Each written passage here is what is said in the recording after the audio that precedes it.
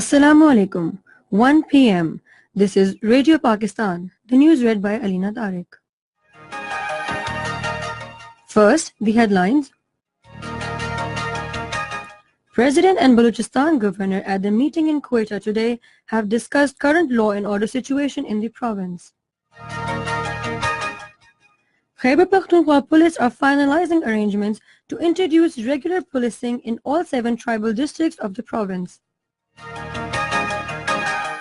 In Afghanistan, 7 Taliban militants have been killed in an encounter with security forces in Farah province. The United States has criticized Myanmar military for prosecuting an ethnic cleansing of Rohingya Muslims. And now the news in detail. Governor Balochistan Amanullah Khan Yasinzai called on President Dr. Arif Alvi at Governor House in Quetta today. The governor briefed the president about current law and order situation in the province and various steps being taken to maintain peace and stability in the province. Earlier, President Dr. Arif Alvi arrived in Quetta on his maiden visit to the city after assuming charge of his office.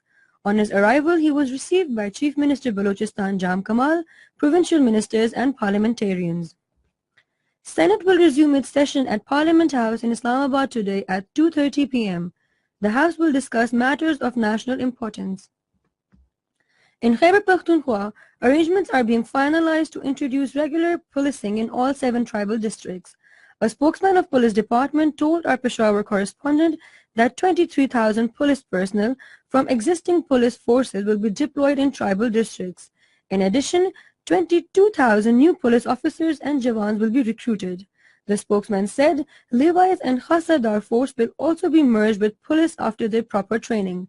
He said about 100 police stations will be established across the tribal districts. In occupied Kashmir, in total disregard of fundamental human rights, particularly the children's rights, fake cases of stone pelting have been registered by Indian authorities against more than 1,900 children across the territory. This was disclosed by one of the members of Juvenile Justice Board's Khairun Nisa in Srinagar. In Afghanistan, at least 7 militants have been killed and 3 others injured in fighting with Afghan forces in the Yak district of Farah province. Farah policemen told that Taliban militants launched a massive attack on a security checkpost late on Tuesday night in the Yak district.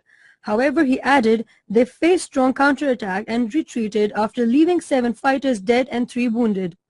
Taliban militants fighting government forces in the area have not immediately commented on the incident. The United States has criticized Myanmar's military for prosecution and ethnic cleansing of Rohingya Muslims.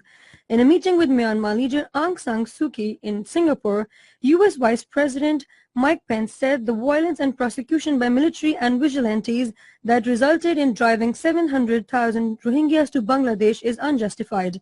U.S. Vice President said those responsible for violence should be held accountable.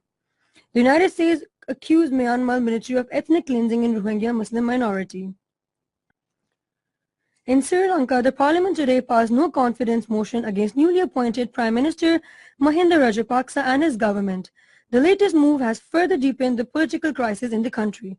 Earlier, Supreme Court suspended the president's move of dissolving the parliament in order to restore the parliament yesterday.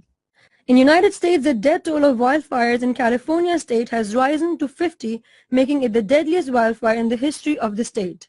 According to U.S. reports, the wildfire have burned forest over 130,000 acres and 8,800 structures. 5,600 firefighters are engaged in controlling the fire, but they have not succeeded so far. In Philippines, 6 people have been killed in road accident in Digos City. A friendly match between Pakistan and Palestinian football teams will take place at Ramallah on Friday.